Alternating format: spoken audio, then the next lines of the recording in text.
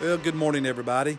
Today in our Bible reading plan, we're in chapter 19 of the book of Acts. And when I was reading this chapter, reflecting on it, and writing in my journal, the headline that I put in my journal is "A Cool Head versus an Unruly Mob." A cool head versus an unruly mob.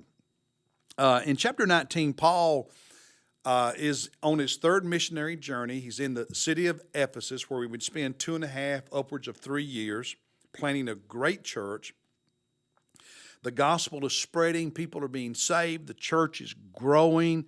And so many people are being saved. So many people are being converted to the faith that it's having an economic impact on a certain sector of the industry there in Ephesus. Those silversmiths who made idols for people to use in pagan worship, because Ephesus was a center of, and they had a temple there to the Greek goddess Artemis, also known in the Roman pantheon as the goddess Diana.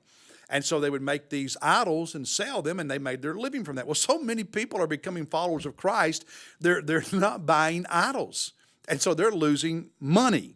Business is bad because too many people are getting right with God. Interesting story. And so the silversmiths all get together and they work themselves into a frenzy, angry at these Christians, these Jesus people who are hurting their economy. And then they go out into the streets and they whip the city up into an uproar. They create a mob and drag two believers, two followers of Jesus, into the theater. The theater is not a movie theater. It's an open place where people would go for, government events, debates, programs, other things, gladiators, all of that. And in chapter 19, verse 29, the Bible says, the city was filled with confusion. Sounds like America today, doesn't it?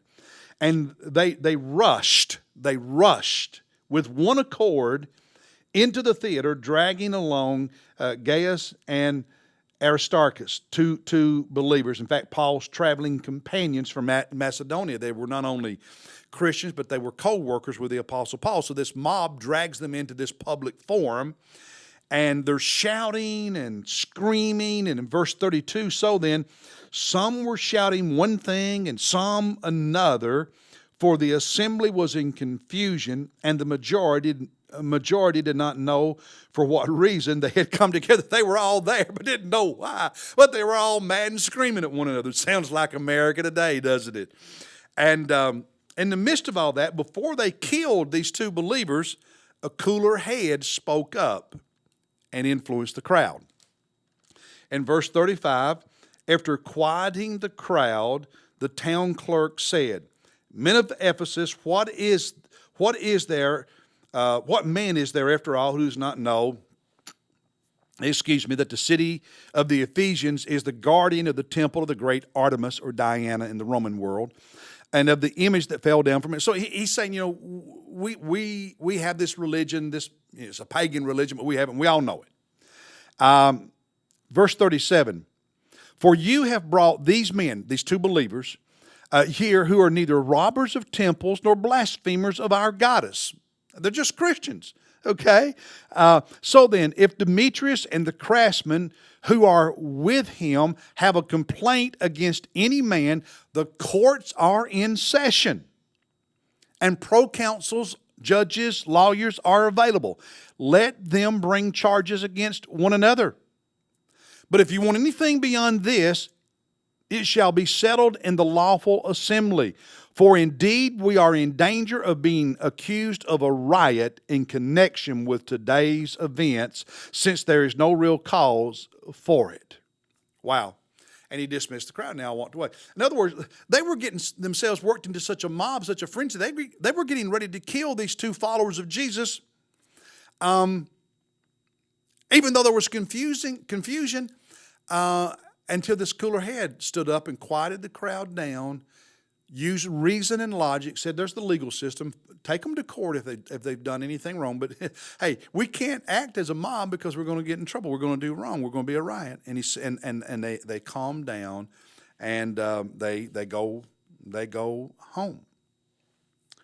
You know, I wish our leaders in America would act more like this man, with calmness of mind and logic and truth and reason. Help our American citizenry make better decisions. But it's like whether it's on the left or the right, all we want to do is stir up the mob. And we've gone through a lot this past year as a country. The riot in our capital in January.